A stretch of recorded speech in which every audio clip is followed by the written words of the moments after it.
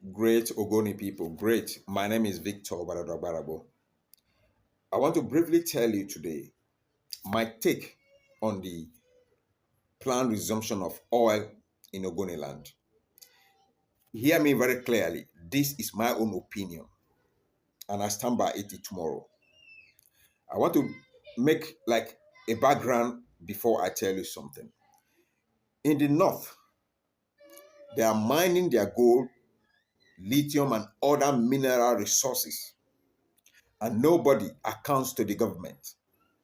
Rather, the government gives them free opportunity to mine their own thing, sell it to the government, put their money in their pocket.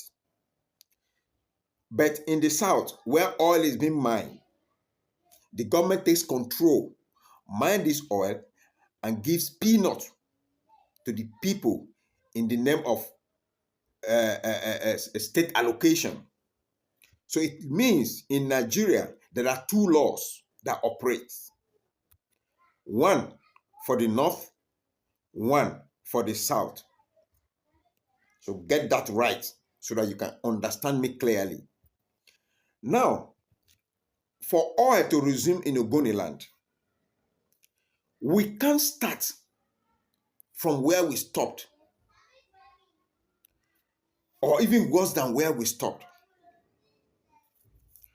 We presented what we call the Ogoni Bill of Rights to the federal government of Nigeria for them to look into our plight and grant us our demands. Let me read it for you so that you understand and you don't just talk. Now, in the Ogoni Bill of Rights, it says that the Ogoni people be granted political autonomy to participate in the affairs of the republic as a distinct and separate unit by whatever name called, provided that this autonomy guarantees the following. I will list just two on the following. A. Political control of Ogoni affairs by Ogoni people. B. The right to the control and use of a fair proportion of Ogoni economic resources for Ogoni development. There are more, but I read just these two. Now that the B says the right to the control of your resources. So now, one, you grant us political autonomy in whichever form, a state or whatsoever, provided this state is for Ogoni people alone. You are not going to bring any other ethnic nation to join with Ogoni people. It must be solely for Ogoni people. That is number one. And because we anticipate for self-determination, so that is why everything has to be Ogoni. And it is not too much. Number two, the control of Ogoni resources, and we use a fair share of it. This means Ogoni people, we have to do what? Control their own oil and gas and any other mineral that they have. We are going to have Ogoni Corporation, Ogoni Oil and Gas Corporation, in whichever name we will give it. It's not where the government will send any company to come to Ogoniland to mine. No. Ogoni people are capable of mining their own resources. Therefore, Ogoni government is going to mine our own oil so that we can give account of what comes from us. Listen, let me tell you. Do you know that even Shell did not give proper account of the oil that was being mined from Ogoniland? And what are they saying? That they said Ogoni has 2 billion barrels of oil in the ground. The one that is known, not the one that is not known. And we have over 9 trillion cubic feet of gas. That is what they are saying. How are we sure that this is no more than that? So Ogoni must control so that we make proper assessment of what we have and we know the quantity of oil and gas that we have. So that when we mine, we know that this is our own thing. If the North remits anything to the federal government of Nigeria, we will remit something to them. But if they refuse to remit just as they are doing, then there's no need remitting anything to them, because two laws cannot govern a country. It's impossible. Reason beyond. Listen, Ogoni people, this life we are in is not just from Bori to Port Harcourt, Port Harcourt to Lagos or Abuja. Life is far beyond that. If Kensarawiwa was alive today, do you think Kensarawiwa will take this nonsense that is going on? No. In fact, what he will write, what he will say will be much more than what is in the Ogoni Bill of Rights.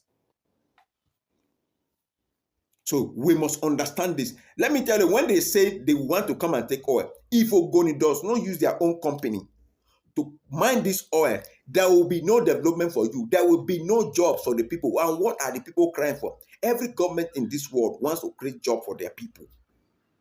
So for Ogoni to benefit, Ogoni must mine our own oil. Listen, if you don't do that, there is nothing. All the juicy positions we go to people you don't know. What would they use our people for? They will be using them for labor work. Go and cut bush. Go and do this. Go and cut grasses. Go and do this. Go and become a messenger. Is that what we were meant for? Were we made to live as slaves? Listen, I remember in those days when our people will be entering this long lorry, they will be doing pom pom pom. They go. They are going to work in NAFCON. All those NFP. What kind of work were they doing? They were going there to cut grasses in their own land. So this time around, it's not going to happen. Ogoni people, we have the capacity to mine our own oil. We have the capacity. There are many Ogoni trained engineers, and in different fields, we can build our own company. We can mine our own resources. Then we give a percentage to the federal government. That is how it should be. That is the only way we can create jobs for our people. Else, any company comes, you will receive nothing. That's why I say we cannot start from where we stopped. We must move above that. So after creating the state for us, we will take control and mine our resources. Number 3, you will pay compensation for the one you mine for over 35 years. As at that time, it was estimated that the mining rent and royalties for Ogoni people is over 20 billion US dollars. So you have to pay us that amount of money. We can't just let it go that way. It's not possible. We must receive it. We must receive it. And then you are going to exonerate Kensarawiwa and 8 others. That must be done. So that is the sure way. When we mine it, we train our people, they will develop skills and every other thing that we use. The area we lack, we can employ people in from anywhere to come in and help us train our own people.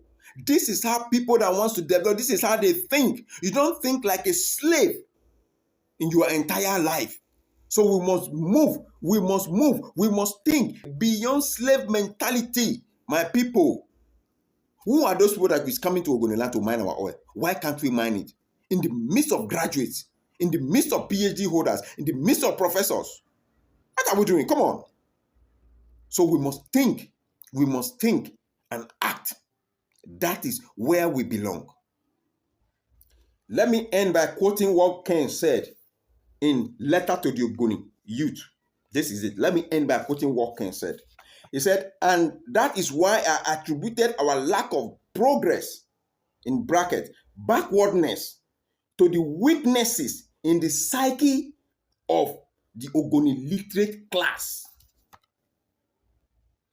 If your literacy, if your education cannot enlighten you beyond Bori, Port Harcourt, Abuja, and Lagos, and think so that you can help your people, so that your people can be sustained by what they have, and all you do is to sell out what belongs to us to other people to come and enslave you, then you have missed the way. So Ogoni people, these conditions I stated are all in the Ogoni Bill of Rights. Therefore, that is where we stand. You grant us political autonomy in whichever name, state, or whatsoever, then we will have control of our resources and mine our things so that our people can develop. Thank you and God bless you. If there is anything you feel that is wrong that I said or you don't understand, write to me in the comment section. If there is anything you feel, write it to me. So make your own choice, make your own decision. So while you are going, when they were making consultation and everything, where you be going, you have to read the Bill of Rights and you decide. Tell them the truth that is there. Don't shy away from it. Thank you and God bless you.